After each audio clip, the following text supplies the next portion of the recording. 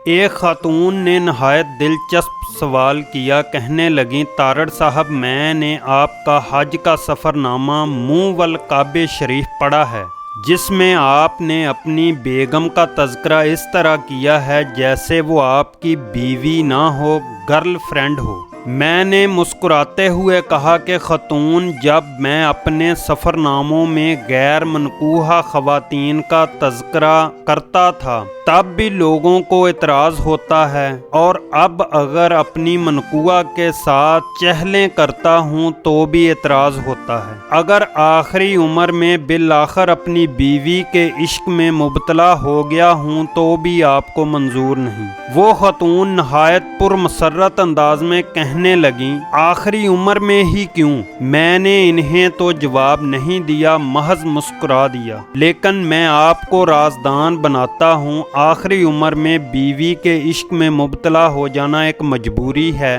कि इतनी तवील रफ़ाकत के बाद आपको एहसास होता है कि इस भली मानस ने मुझ पर बहुत एहसान किए, मेरी बेराह रूहियात को बर्दाश्त किया, कभी शिकायत ना की, अलबत्ता डांट डपट वगैरह बहुत की, तो बस यही इश्क में मुबतला होने के लायक है। हमारे एक दोस्त का कहना है कि जवानी में बीवी एक आंख ना बाती थी। मर्द आखिर मर्द है। दिल में ख्याल आता था कि अगर ये मर जाए तो सुबहान अल्लाह मैं दूसरी शादी कर लूं। अब इस बुढ़ापे में हर नमाज के बाद मैं दुआ मांगता हूं कि या अल्लाह इसे सलामत रखना, ये मर गई तो मैं दर बदर हो जाऊंगा। मुझे तो कोई पानी भी नहीं पूछेगा, मुझे पहले ले जाना, इसे सलामत रखना।